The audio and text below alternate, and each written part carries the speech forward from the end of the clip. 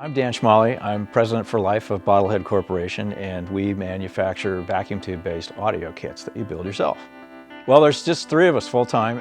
Eileen, my wife, has been my business partner since the beginning. There is a bevy of technicians and designers that work with me, probably another massive 3 people, I think. I'm the marketing guy, more or less, and I call the shots about designs and so on. We're a very large corporation, yeah. I started by getting really intrigued with antique radios about 25 years ago, and started collecting them here and there, and had to teach myself how to fix them. And from there I got kind of intrigued with audio. My dad had been a real music listener when I was younger, and I started picking up a few albums here and there and finding some really cool vintage hi-fi gear that was tube-based, and started fixing those things up. And from there I kept running into other guys that were into the same thing and decided to form a little club. So we put together a group called Vintage Audio Listeners and Valve Enthusiasts. We called it Valve, which is a British term for vacuum tubes. And started up a club, had a few meetings, got intrigued with a new wave of things that was happening in audio called single-ended, which is a really, really simple tube circuit. That sounds fabulous. And we threw together a circuit one day, had a club meeting, everybody fell in love with the sound of this circuit. So we decided to put together a kit for the local guys, and somehow the word got out beyond that, and the next thing we knew, people were coming to us and asking us for this kit. So we started making kits, and it just kind of built up from there. The original kit was called the Single-Ended Experimenter's Kit, which we abbreviated to the SEX kit. That seemed to be a kind of a catchy title that hung on. I am just a hands-on person. I love to make stuff myself, and I just really wanted to share that with people. I think that making things yourself is a dying art, which is terrible.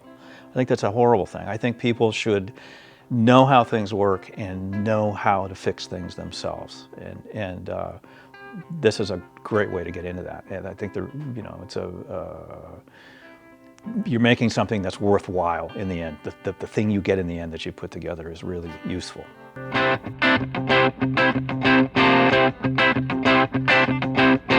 Heathkit, Eico, Eico, there were all these companies back in the 50s and 60s that basically sold kits. An interesting fact is, at that time, some of the manufacturers of finished products actually went into the kit industry, like Scott and Fisher. They sold kits too, because kits were such a dominant part of the audio scene back in the 60s. The other thing that's fascinating is to go back to the audio magazines, and in particular Audio Magazine, in fact, back in the 50s. Whereas if you look at one of those from, say, the 70s or the 80s, it's just chock full of go out and buy it reviews and a few technical specifications. Back in those days, Audio Magazine was about half do-it-yourself articles. Build your own speakers, build your own amplifiers, build your own phone and preamp. That was where this whole thing started, really. The famous names of audio now, if you go back and read those, they were DIY guys doing their own thing and publishing articles in magazines. Everything we make, we try to keep as much American manufacture as possible. So basically you get a box that has a flat metal chassis panel that's made from aluminum, that's made here in Washington State. And you build up the entire circuit on that single panel. Makes it real easy to get at if you need to work on it, if you want to modify it in the future and all those things. It's real easy to do. That rests in a wood base that, again, is milled here in Washington State, made from alder by a millwright up in Bellingham. And then you get, along with that, in most cases, you'll get a power transformer that we have designed ourselves. We design all our own transformers. We have them made by a manufacturer down in Northern California. And you get a whole lot of, to most people, foreign little parts called resistors and capacitors and inductors and jacks and knobs and those kinds of things. And when you order your kit, you also get a link to a really detailed, very extensive PDF assembly manual. that has real high resolution images and step-by-step instructions, very much in the style of the old Heathkits and Eicos, where you can check off each step as you go through. You don't have to understand what the part is or what it does. We assume that people are beginners at this. That said, it does include a schematic and a theory of operation. If you do have some knowledge, we don't starve you there. You do have something to work from. And you just can sit down, and as long as you take your time, work your way through it, you can build the thing without really knowing how it works, which is kind of cool.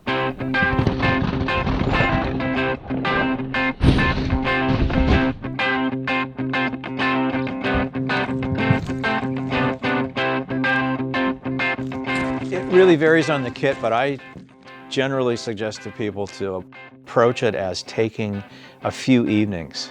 Come home from work, have some dinner, then kick back, then maybe spend an hour or two on it in the evening. And depending on the kit, it might take a couple evenings and it might take a week of evenings, but probably not a whole lot longer than that.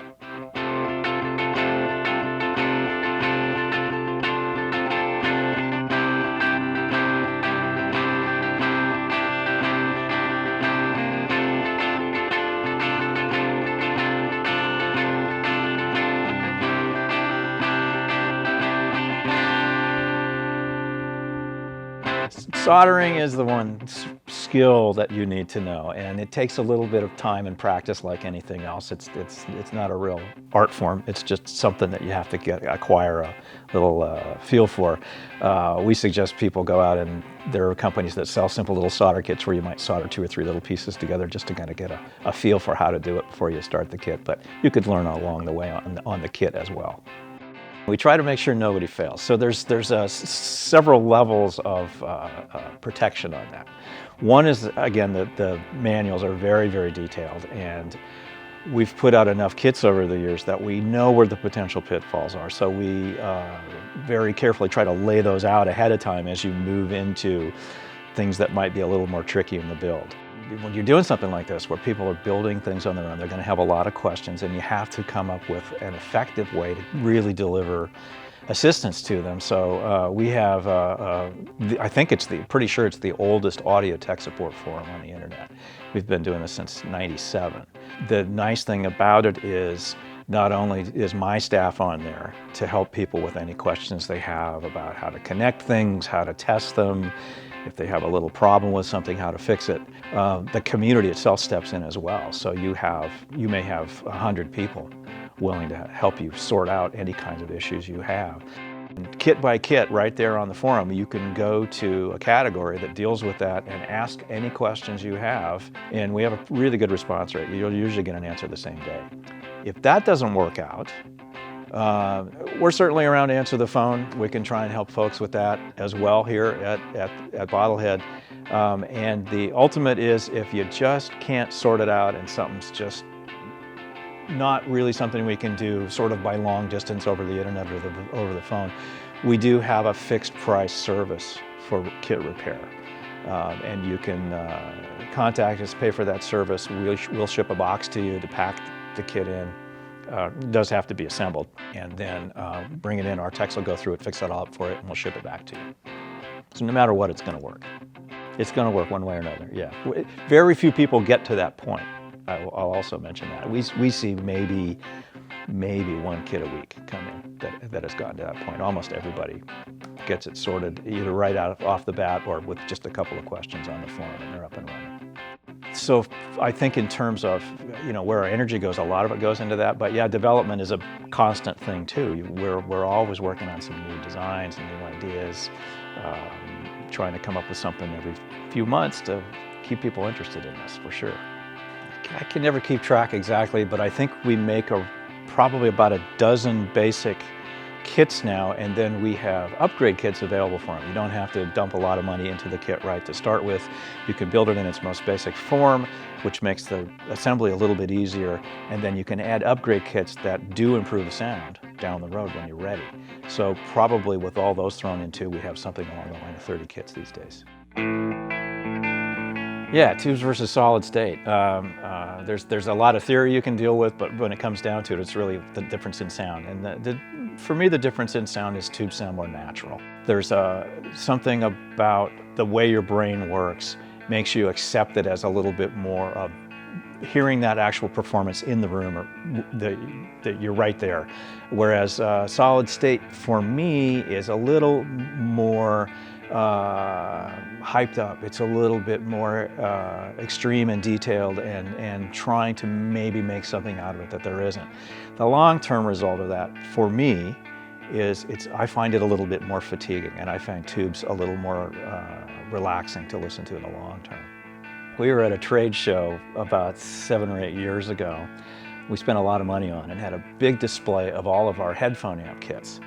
And we had a really high-end system. I'm involved with reel-to-reel tape, and we had some really nice master tapes that we were playing.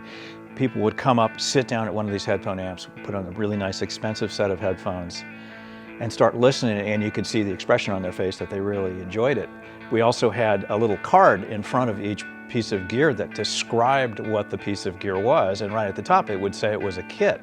And we were watching about probably 50% of the people sitting down, getting this great look on their face, starting to read, and suddenly saying, "It's a kit," and they would take the headphones off, throw them on the table, and get up and walk away. I was just shaking my head. It was just a mind blower to me that people consider that such an impediment.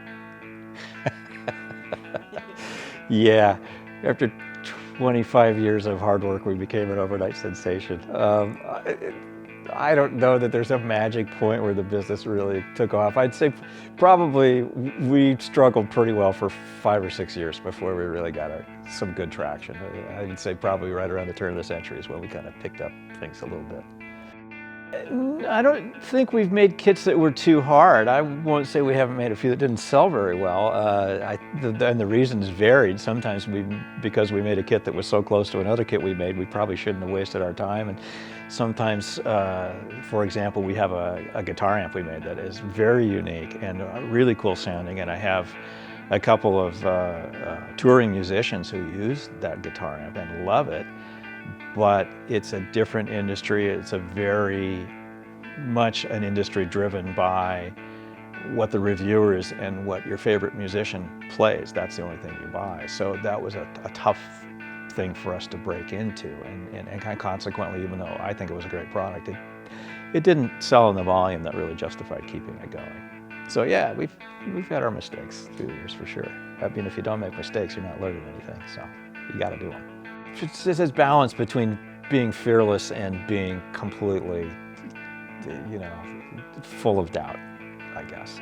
And as the years go on, you're more able to shift into that fearless mode when you need to, and say, it's going to be all right. We've gone through this. We've had the disasters. We've figured it out. We've pulled it out at the last minute and saved ourselves. So it's going to be okay.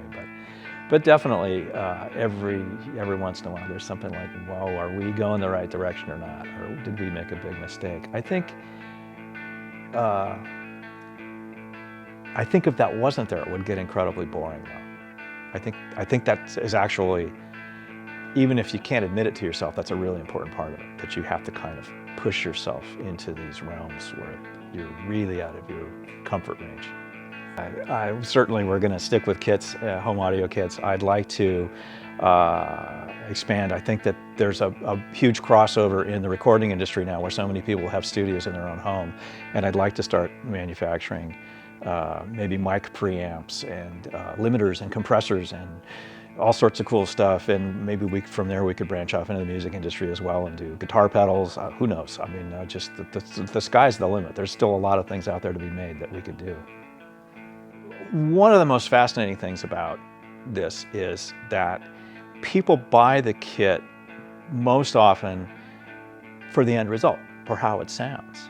But the fascinating thing that happens again and again is a customer will call me and say, "Oh man, I built this kit and it sounds great, but I was having so much fun building it. Now what do I do?" And of course we say, well, it's time to buy another kit. But yeah, the act of building the thing makes the reward much bigger than just going out and buying it. And our line is always that it always sounds better when you build it yourself. And it does. It's just a psychological phenomenon that's just undeniable. We just see it all the time.